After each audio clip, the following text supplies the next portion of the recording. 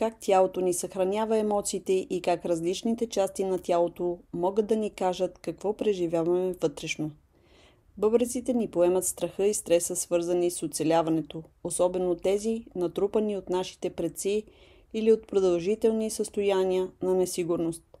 Напрежението или дискомфортът в стомаха често отразяват неосъзната тревожност, емоционално несмилане и невъзможността да преглътнем определени етапи от живота си.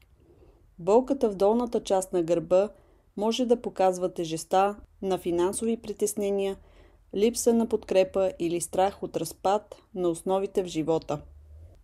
Проблеми с очите ни подсказват за избягвани вътрешни истини, страх от бъдещето или дълбока съпротива да видим реалността такава каквато е. Шумът, напрежението или чувствителността в ушите могат да отразяват пренебрегната интуиция, вътрешен дисонанс или емоционални послания, които не сме искали да чуем. Проблемите с кожата, като пъпки или раздразнения, често показват нарушени лични граници, емоционално претоварване или потисната нужда от защита. Дискомфортът в стъпалата разкрива страх от заземяване, съпротива към въплъщението или усещане, че не принадлежим напълно на живота, който водим.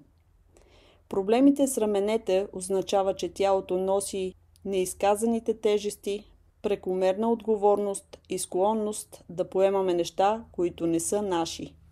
Проблемите със сърцето, като емоционална стегнатост или тежест в гърдите, отразява скръб, разбито сърце или неизразена любов, която чака да бъде освободена.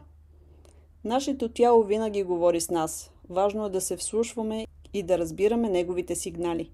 Когато разпознаем емоциите, които са заключени в тялото ни, можем да започнем процес на освобождаване и изцеление. Как да се предпазим от натрупването на емоции в тялото? Първата стъпка е да забележим какво чувстваме. Когато изпитваме напрежение или болка, нека си зададем въпроса: какво наистина се опитва да ми каже тялото?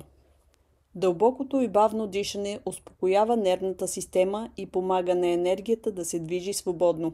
Опитайте се поне няколко пъти на ден да дишате съзнателно.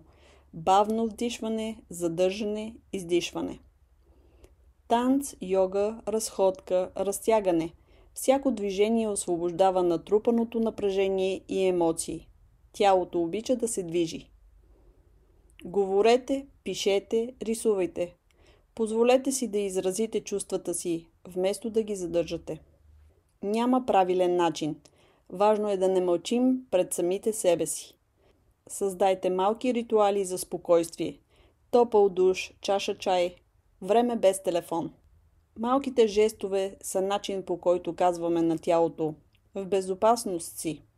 И последно, но не на последно място, когато простим на себе си и на другите, освобождаваме тежестта, която сме носили твърде дълго.